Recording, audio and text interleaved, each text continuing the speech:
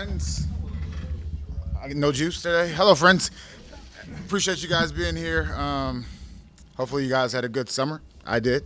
Spent a little bit of time in Martha's Vineyard, which was pretty cool, and then went out to the Cape. Got some time to spend with the family. So that was like one of the first times since I've taken over this role that I actually had a break. So still kind of work. Still have cell phones. All right, fire away. Everyone's here. Everyone's here. Happy about that. These guys are ready to rock. It's a good thing. What's your expectation for the first maybe 3 to 5 days of camp? I know there's a ramp-up period, but is it judging where guys are relative to where they were when they left? How much Yeah, the first 3 to 5 days is really about seeing what these guys have done during the last 4 or 5 weeks when they weren't here. I would also say to see what they retained from a mental aspect of some of the scheme things that we talked about earlier. Whose phone is that?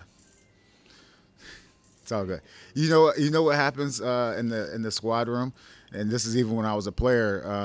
Phones would go off sometimes, and everyone would just start coughing, like, you know what I mean? I guess that's team camaraderie. None of you guys care about each other. You guys need to have some camaraderie. You guys need to have some camaraderie as a media group.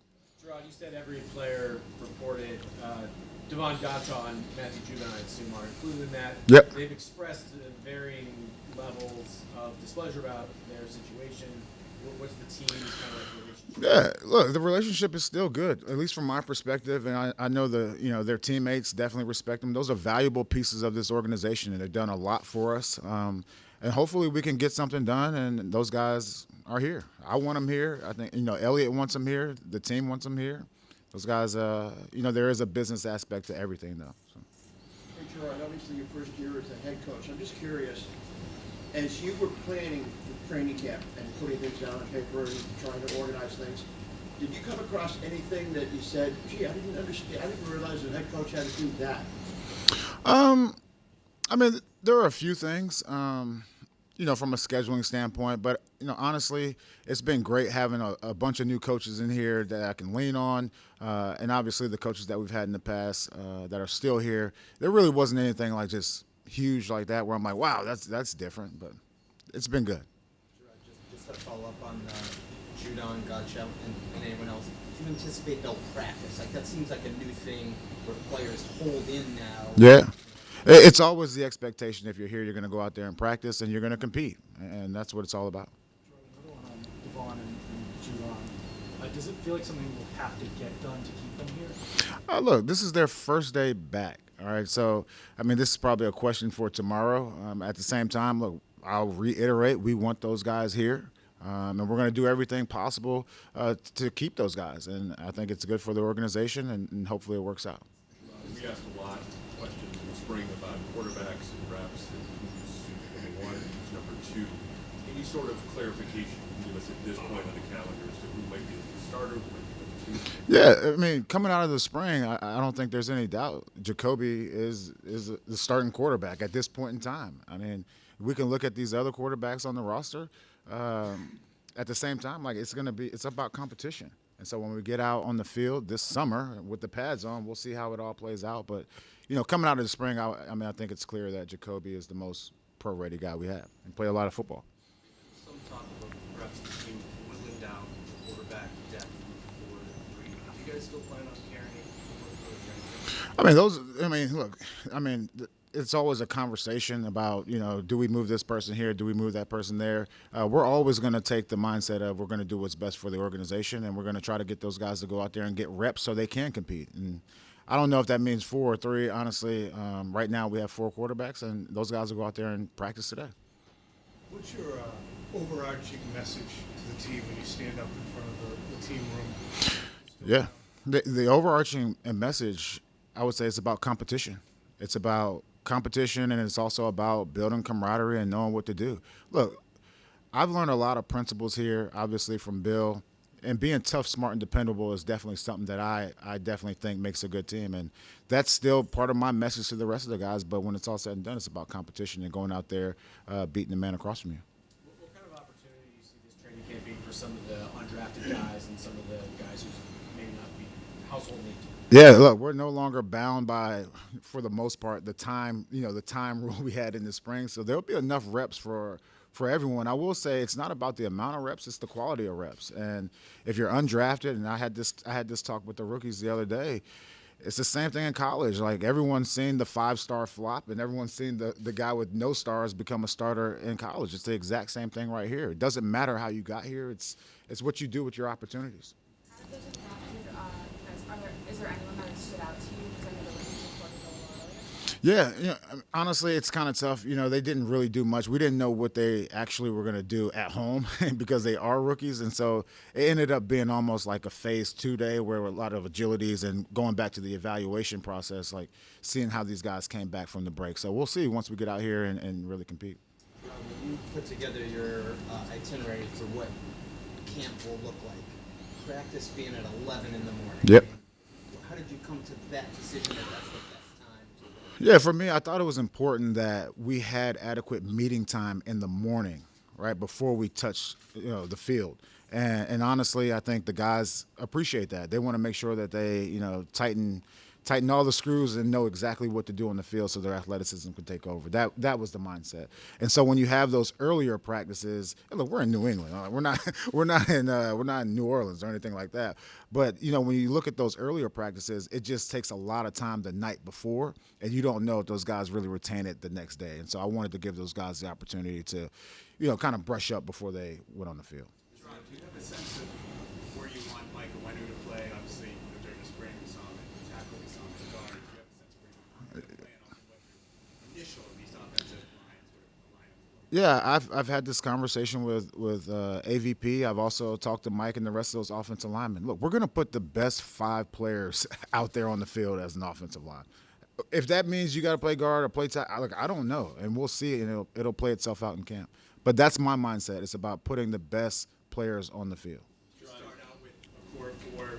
Is he sort of the incumbent or leader in the clubhouse at left tackle, or do you plan? Is that an open competition at that position? Well, I would say right now, based on just the time he's been in the league alone, he's going to start there. But once again, like my mentality and our offensive mentality is to put the 5 best guys out there on the field. We'll see how it plays out. Do you expect Hendrick Bourne to be able to practice soon? Excuse me. Do you expect Hendrick Bourne to be able to practice? So those guys are going to go out here and run here in a second, and so we'll evaluate that.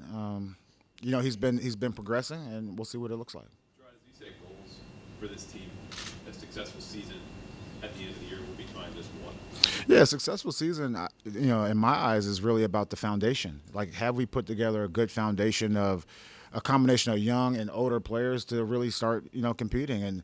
And honestly, it would be great to get up here and say, like, we're going to win a Super Bowl, but once again, it's about the process. And I tell the guys all the time, it's about process and progress and moving forward. So when you look at that foundation, like you'll know this is what you want at the end of the year because it looks like what? Like specifically, what does that foundation look like? It looks like a winning football team. It looks like a tough, smart, dependable football team. Jerod, I know you can't mention another player on a team that has a contract, but there's been talk in the NFL about a certain player that wants to get traded and whatever.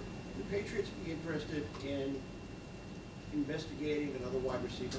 We're always interested in getting the best players on our team. Now, whatever that looks like, look, we're third on the waiver wire as well. There'll be some quality players that get released for various reasons, and we'll have an opportunity to continue to improve our roster. So if you're going to sit there and ask me, would we take a good player no matter what position? Absolutely. Absolutely, if it helps us get better. Not only today, but also in the future. To get back to later start times. That's like a civil war. It's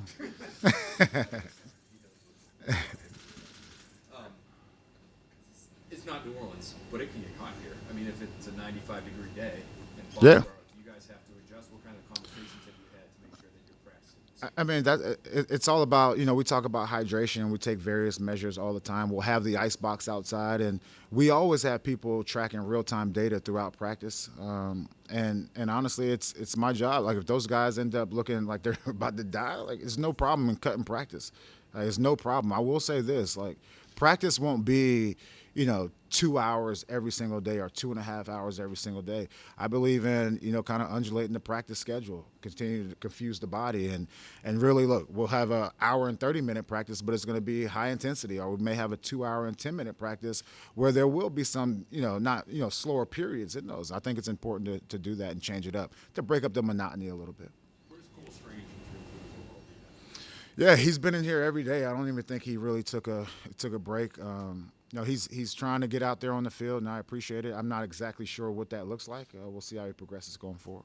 Talking about competition, is there a world in which you can envision Drake May competing well enough to overtake and be the opening day starter, or is his Look, if Drake, and this goes to any position, if he comes out here and he lights it up, and once again it goes back to the quality of reps, it could absolutely happen. Like, I sit here and tell you, like, coming out of the spring, Jacoby looks like the starting quarterback. Now, with that being said, he'll have competition. Like, let's not forget about even Joe Milton. And let's not forget about Zappy. All those guys will have opportunities to go out there and be the starting quarterback in week 1. what I've theorized is, okay, you just want to put him in a little protective bubble? Not at all. Like, I think this is, you've seen that work in the past, right? You look at, other quarterbacks, the Green Bay quarterbacks, right, where they had a lot of time to, I don't know if I was allowed to say his name, but you look at those situations and, they were able to sit back. There are also been situations where a guy comes right in right now and he balls out, and, we'll see what happens when we get out here on the field. What's the standard for you guys, as you're evaluating him? Is it just once he's ready, or he has to be better than Jacoby? He Line has to be at a certain spot. What are you guys watching to me, it goes back to the same word, and it's competition. It's not about everyone else. It's about, does this guy go out there and perform better than Jacoby, no matter who we're talking about? And so, that's the way I kind of see it. With two rookie quarterbacks who probably could use as many reps or snaps as they can get, does it make sense to carry 4 quarterbacks throughout things? I would say, when we talk about reps, in this room at least, we're always talking about on the field. We have various, walkthroughs and tools that we can use where guys can get these reps. And I know it sounds crazy, but, even like our virtual reality thing that we already, I think we talked about that kind of in the spring.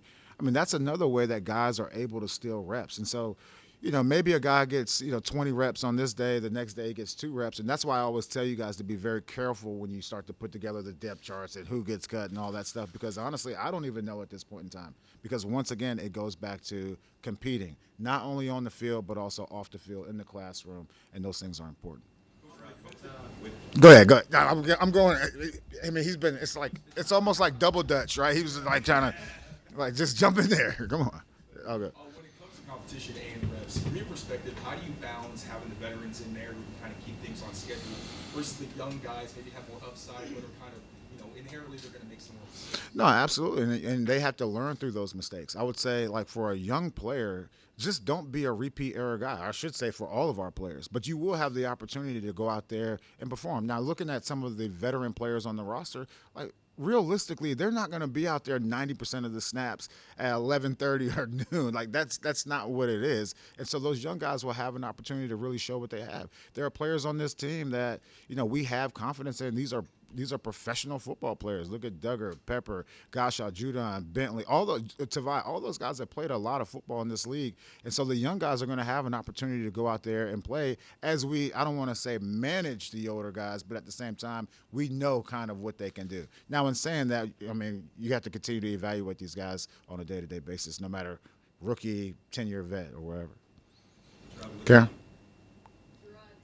Sorry, I'm coming back. I always go ladies first. It was something I learned from my mom. As a rookie head coach, do you go by the don't be a repeat offender? Absolutely. Look, Stacy got on me already about some things I said, so I'm trying to do the right thing, Stacy. No, in all seriousness, though, it is about. Look, I'm not going to sit up here and act like I have all the answers. And once again, there are people in my circle. I have like a personal board that.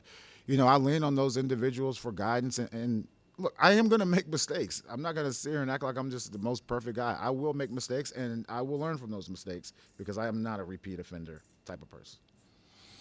All right, here we go. With Tayshaun and Richard being dropped, have you heard from the league about whether he might still face discipline, or is he kind of past that now? I have not. I think he's passed it, but that's more of an Elliott question. He kind of handles that stuff. Thanks.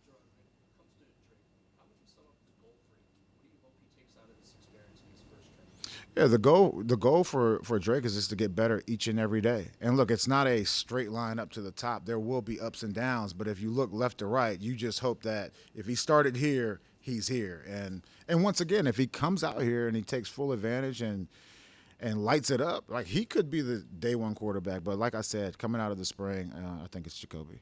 Going back to your undulating practice approach, how much of that is going to be informed by sports science and really matters to that? Yeah, I mean a lot of that. We talked about that stuff in the spring. We actually, before we got out of here, we went through each and every day. Now, knowing that some of that stuff can change, whether it's weather or wear and tear on the body, but we have a great sports performance staff. It's led by Jim Whalen and his team, who is our head trainer. But he really sits on top of that stuff. But we have a lot of, we take opinions obviously from the weight room staff, and then we have some people in the back end. I don't want to get into names on who those sports scientists are. Did we already put out the book? But we got to put out the book. You'll see what it is. Just one joint practice this year compared to the previous years. Yeah, for me, we've had years where, we had, two teams that we had the joint practices against. I will say this, the team that we'll have the joint practice with, we're excited. There's a good football team. It's something that we can use as a measuring stick. One thing I would say with the joint practice is usually if it's 2 days, that day two kind of gets chippy. And for me, it's like, let's go out here and let's have a quality practice, one quality practice, and then we'll play them in the game. Now, one thing I will say that we're still kind of on the fence or thinking about is how we even approach the preseason in general, right? So we will practice against Philly that one day. Now it's, do we play the starters? How long do we play them? And then even going into game 3 where that's our only, rehearsal for a road trip, and that's going to be a lot of learning for myself as well. But it's like, how much do you actually play the guys that you almost feel pretty confident that they're going to make the roster? So those conversations are still going on. Jerod, how do you feel on employing Evan Rothstein as a strategist? Yeah, once again, I mean, we can talk about titles, but he has been doing this role since he's been here. When you talk about from a situational standpoint, game management standpoint. And so, he has the title. He'll help me think through those things. But ultimately, and you guys should remember this, ultimately, I have to make the decision. And so if it's a bad decision, feel free to rip me and not Evan Rothstein. All right. We saw some of the rookies, Judon, Baker, myself, missing time in the spring. They weren't added to proper NFL. Are they good to go for the summer? Ready to go. Ready to go. With training camps at the start, do you have a message to the fans, just with kind of been waiting for this moment? Yeah, and my message to the fans is it's all about winning football games. I mean, that's what it comes down to. It comes down to winning football games. No matter what the expectation is from everyone outside this building, we're going to go to work each and every day, and we're going to get better. And we're going to put a good product, a good team out there on the field that you'll be proud of. Now, whether that's tomorrow or next year, I don't know. But I will say that this team, I like the way they're coming together. Jerod, back in February, we talked to Elliott just about his philosophies, getting over a little bit, Packer way, et cetera. One of the points he made was prioritizing, almost forcing the young guys to play. Is that an emphasis here with your roster construction and also practice reps and moving into the regular season? Yeah, absolutely. You always want to have those young players out there getting the majority of the reps. Now, in saying that, we have a lot of good veteran players out here on our team, and I don't want to go back to this word, but it's about competition.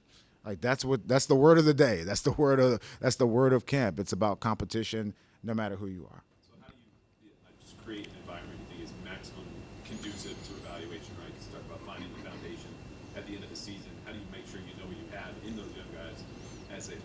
Yeah, I mean, look, that's for the coaches to sit in a room and evaluate, their individual room, and also evaluate their side of the ball, and also with Elliott and his staff, we'll come together and kind of do that stuff.